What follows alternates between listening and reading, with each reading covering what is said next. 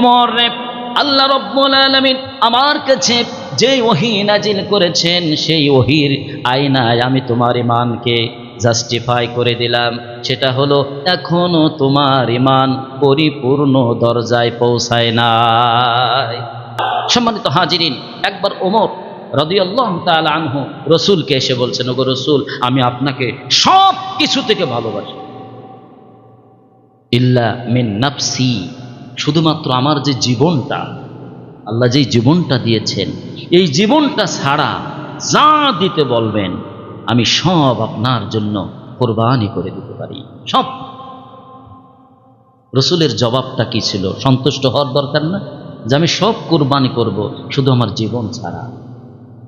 রসুল জবাব দিলেন, ঐতিহাসিক সেই জবাব, বুখারী, মুসলিম, সিয়াসিত্তার সব হাদিস গ্রন্থে এই হাদিসটা নকল করা হয়েছে, উদ্ধৃতি দেওয়া হয়েছে।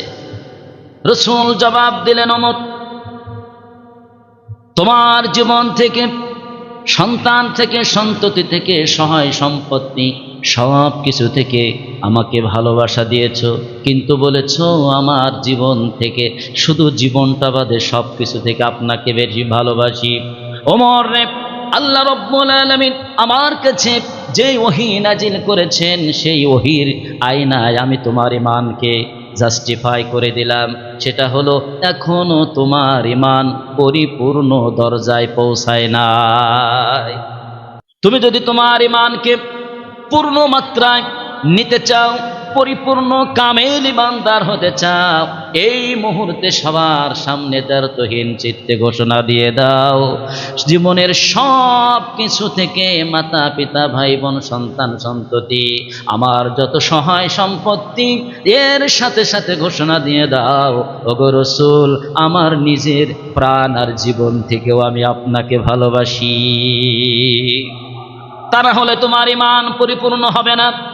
এক সেকেন্ডও দেরি করে নাই আমার ওমর, দেরি করে নাই, সাথে সাথে বলছেন, ওগো রাসূল, ঈমান পরিপূর্ণ করতে যে যা দরকার আমরা সব কিছু করব। এই মুহূর্তে আমি ঘোষণা দিলাম, আমি আমার জীবন থেকেও আমি আমার রাসূলকে বেশি ভালোবাসি। ও আমার প্রিয় ভাইরা, সুতরাং আমার জীবন, আমার মরণ কে সৃষ্টি করেছেন? জোরে বলুন।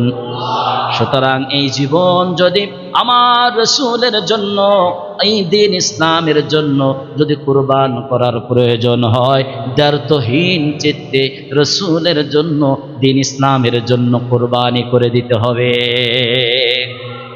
কারণ হচ্ছে আমাদের জীবনের মালিককে।